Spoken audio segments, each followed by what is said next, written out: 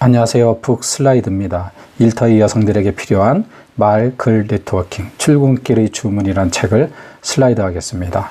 저자는 이다혜고요. 한겨레를 거쳐 현재는 시내 21에서 편집장으로 일하고 있습니다. 여성의 입장에서 여성들에게 필요한 말, 글, 네트워킹에 대해서 이야기하고 있는 책입니다. 바로 본문의 일부로 들어가 보겠습니다. 여자의 자리는 여자에게만 이어지나 아니다. 결국 모두 다음 세대에 의해 대체될 테지만 다음 세대의 여성들은 언젠가 지금 우리의 나이가 되어 일하면서도 여자인 내가 너무 나이 들어서까지 일하고 있나? 라는 질문을 하지 않아도 되기를 희망한다. 한 살 더 많은 사람이, 2살 더 많은 사람이 열심히 일하고 능력을 인정받고 자기 자리를 지키는 것이 쌓여 여기까지 왔음을 안다. 누구 한 사람만 앞에 있어도 한 명만 눈에 보여도 그 길을 선택하는 일에 도움이 된다. 내가 일을 시작하던 때에 결혼하지 않고 40대가 될 때까지 조직 생활을 하는 여자가 거의 없었지만 이제는 점점 늘고 있다. 회사마다 관리직 임원급에 오르는 나이든 여성이 늘고 있고 결혼하고 아이를 낳지 않는 여성도 결혼하지 않는 여성도 늘고 있다. 여자의 자리는 정해져 있지 않다. 이 글을 보면서 이번에 이제 11월 8일에 여성 투스타가 탄생했죠. 예전보다는 여러 분야에서 여성의 사회적 진출이 더 많이 된 것은 사실이지만 아직도 많이 부족하다고 여성의 입장에서 느끼는 거고 사회 전체적으로 그렇게 느끼는 것이 그 보편적인 현상이라고 생각하고 또 맞다고 생각합니다. 그래서 예전에 비해서 여성의 사회에 고위직에 진출이 많이 되었는데 앞으로도 더 많이 돼야 된다 이렇게 생각하는 거죠. 말하기 역시 마찬가지다. 이것은 사적인 동시에 공적인 의사 표현이다. 설득하고 싶어하고 이해받고 싶어한다. 그리고 정말 원하는 대로 쓰고 말하면 설득에 실패하고 이해받을 수 없으리라는 사실을 곧 알게 된다. 제대로 말하면 제대로 글을 쓰면 모든 게 통한다? 그러면서 질문을 한 겁니다. 그러면 페미니즘은 이미 성공에 잊혀진 이름이 되었으리라.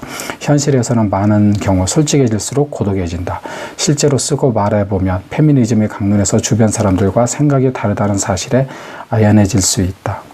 이것은 모든 그 사회적인 담론이 총론에서는 동의하는데 강론에서는 다 달라서 비단 페미니즘만의 문제는 아닌 것 같습니다. 그래서 말하기와 글쓰기 훈련이 필요하다. 다름을 확인하고 공동의 목표를 확인하기 위해 서로의 머릿속에 있는 것들로는 싸울 수도 힘을 합칠 수도 없다. 여성이 분명하게 의사표현하는 법을 익혀야 하는 이유 중 하나는 나는 억울하지 않기 위해서라고 생각한다. 나는 당신이 충분히 암시했는데 이루어지지 않는 요청들을 쌓지 않기를 바란다. 원하는 것을 분명히 하면 좋겠다. 우리는 통하니까, 저 사람은 똑똑하니까 내가 선의로 대하면 나를 선의로 대해주리라고 미루어 짐작하고 막무가내로 베풀고 실망하지 말자.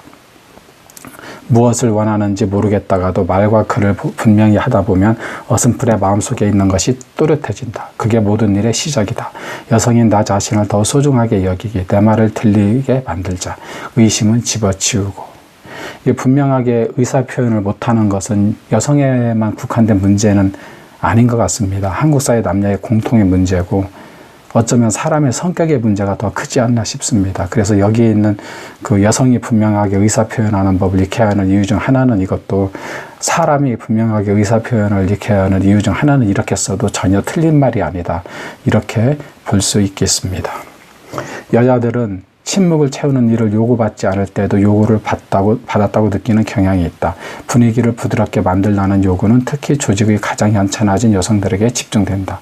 넌 여자애가 부드러운 맛이 없냐 같은 쓸데없는 마타령도 그런 때 벌어진다. 그러는 님이나 부드러운 맛을 내보시던가 하고 속으로 이제 이야기하는 거죠. 그런 말을 누군가 꺼냈을 때 동석한 여자들이 연령대와 무관하게 일시에 조용해진 적이 있었다.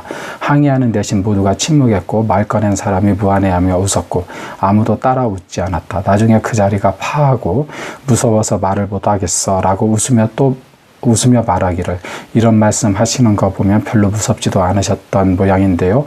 무슨 무서워서 말을 못해요 하고 깔깔깔 웃었다.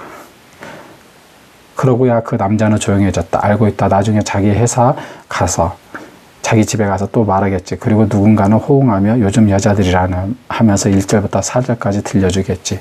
하지만 내 앞에서는 안 된다. 그러니까 저자 앞에서는 안 된다는 거고 이것 때문에 많이 상처받고 성차별을 당한 것 같습니다. 근데 이제 제가 생각할 때는 조직의 분위기를 내는 것이 낮은 연차의 여성들에게만 집중되어 있나 이런 생각이 들었습니다. 잘은 모르겠습니다. 만약에 낮은 연차의 남녀가 있는데도 여성에게만 그런 요구를 한다면 분명히 적절치 못한 거죠. 그리고 신참에게 기대하는 것이 조직의 어떤 리프레시, 어떤 새바람을 기대하는 거니까 어떤 생기 있는 신선함의 차원에서 요구한다면 이것은 긍정적인 요소로도 볼 수 있지 않을까 이런 생각을 합니다. 하지만 천박하게 분위기만 맞추는 것을 요구한다면 당연히 페미들의 공격 대상이 되고 그것은 정당할 거라고 이렇게 보는 거죠. 제 생각은요. 분위기를 부드럽게라는 글에 또 하나 생각나는 것은 어떤 라디오 프로그램에서 MC가 엄마는 집안의 날씨다라고 했던 것이 생각이 납니다. 한 가정만 국한지어서 생각한다면 엄마가 날씨일 수밖에 없다는 것에 대부분 수긍하리라고 봅니다. 그러나 이제 조직으로 확장돼서 볼 때는 좀 이론은 있을 수 있겠지만 여자는 결국은 여자가 그 기분을 좌우하는 것은 분명한 사실이었잖아요. 그리고 회사와 가정에서 분위기를 완화하는 것이 어디까지가 넘어야 할지 넘지 말아야 할지 경계선인지는 사실은 좀 생각해 볼 문제인 것 같습니다. 그래서 아까 글에서 주장하는 여성이기 때문에 여자 신참이기 때문에 그런 일이 있었다는 것은 물론 비난받아야 되지만 그게 남녀가 똑같이 신참한테 요구하는 어떻게 보면 신선한 기운이 아닌가 이런 생각이 또한 듭니다. 나에게는 아는 사람은 적어도 알던 사람은 많다. 임신, 출산, 육아 때문에 일을 그만둔 많은 여성 동료들과 아예 연락이 끊겼다. 내가 결혼을 안 해서인 줄 알았는데 결혼한 사람들끼리도 일 그만두면 연락을 하지 않는다. 남자들은 학교 사이에서 만난 사람들이 10년, 20년, 30년 지나도 여전히 사이에 있는데 심지어 그들은 점점 직급이 높아지는데 여자들은 회사를 그만두거나 일을 그만둔다. 일정 나이를 못 넘기면 조직에서 못 버티는 경우도 많다. 그런 뒤에 서서히 알던 사람들과 연락을 끊는다. 아예 어디 산으로 들어갔다는 소문이 들리는 경우도 있다. 기울어진 운동장은 나이 들수록 점점 더 심하게 기운다. 집에서도 차별 없이 컸어도 학교에서 차별 없이 성적으로 인정받았어도 사회생활하면서 달라진다.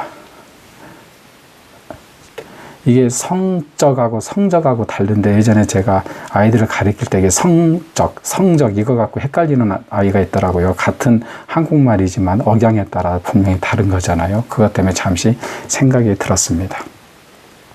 그래서 좀 아까 읽은 이 부분은 사실 여성의 입장에서는 억울한 측면이 있습니다. 대개 여성이 임신부터 시작하여 결국은 양육까지 문제로 경력 단절이 되고 그것이 사회에서 남녀 간의 격차가 벌어지는 것은 분명한 사실입니다.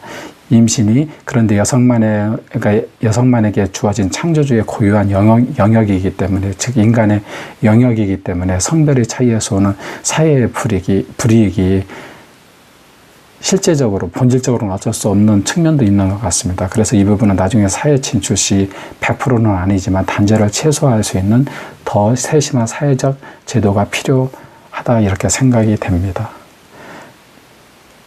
내용이 공감되시면 좋아요와 구독을 눌러주세요. 감사합니다.